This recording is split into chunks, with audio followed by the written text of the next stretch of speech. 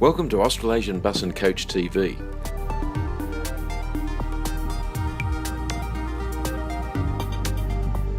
From both the outside and the inside, this bus doesn't look any different to any other. But underneath the skin, it's very different. This is a fully electric coach called the Avass.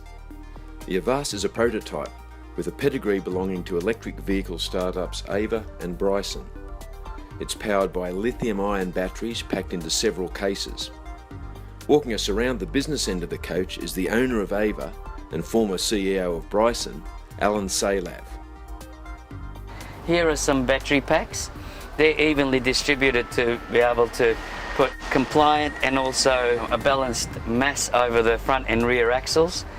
So just a standard luggage rack.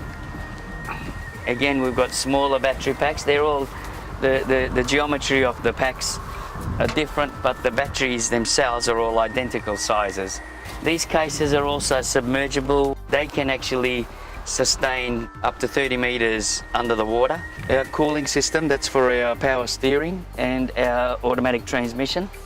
Our engine management system, this is our power distribution unit. We have our vehicle speed controller. Different to a conventional fossil fuel where everything is auxiliary driven by belts, we have individual motors for everything. That's our motor controller, and a battery management system, BMS, is just over the side of that. The motor is just behind this unit here, which is coupled to an automatic transmission. Our new generation buses will have direct drive, and our motors will be smaller and lighter as well. Over here we have our compressor, which supplies air to the suspension system, the braking system, and also the driver's seat. Above that are the two 12-volt lead-acid batteries, which basically run our LED lights and our starting system. So when you turn your ignition power on, first you'll see the total voltage of the bus. Directly below that is what the consumption is per use. So when you're driving down the highway, as you put your foot on the accelerator pedal, you are consuming power, and that is displayed in amperage.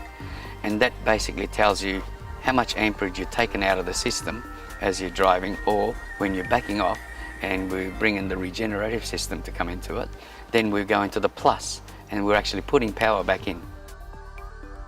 Is this bus pretty typical of any electric bus that's on the road in the world today? It is in appearance, it is in the concept and the overall scheme of things. The only difference is the batteries are an unchallengeable high-performance battery. Charging time is of course a big issue for electric vehicles, and for this prototype it's listed as between 4 and 8 hours. Salaf says both noise and charging time will drop dramatically in future generations. Charging the buses is a burning question everybody asks. It actually depends on a couple of different factors. One of them is the technology in the batteries and the battery management system and the grid supply to the bus itself. If we can get a high grid supply, anywhere from 125 kilowatts upwards, and we can have our batteries with the high efficiency, we can charge our batteries anywhere from an hour down to 10 minutes, down to 6 minutes. This bus is still a prototype in every sense. The flooring in this bus is made out of PVC. The flooring in the buses that are produced, it goes back to the timber.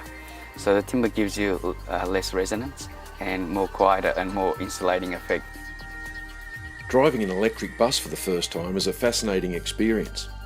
It takes off like a rocket and cruises nicely at 100 kilometres an hour. The coach took a long time to get up to speed on the Melbourne-Geelong freeway.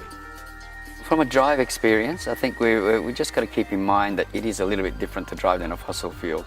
We need to consider at all times, once we get the inertia up, we no longer need to put our foot on that accelerator pedal. We can back right off, the inertia will take over. We just need to blip it just to supply enough current to the wheels. Check out the full feature in ABC Magazine.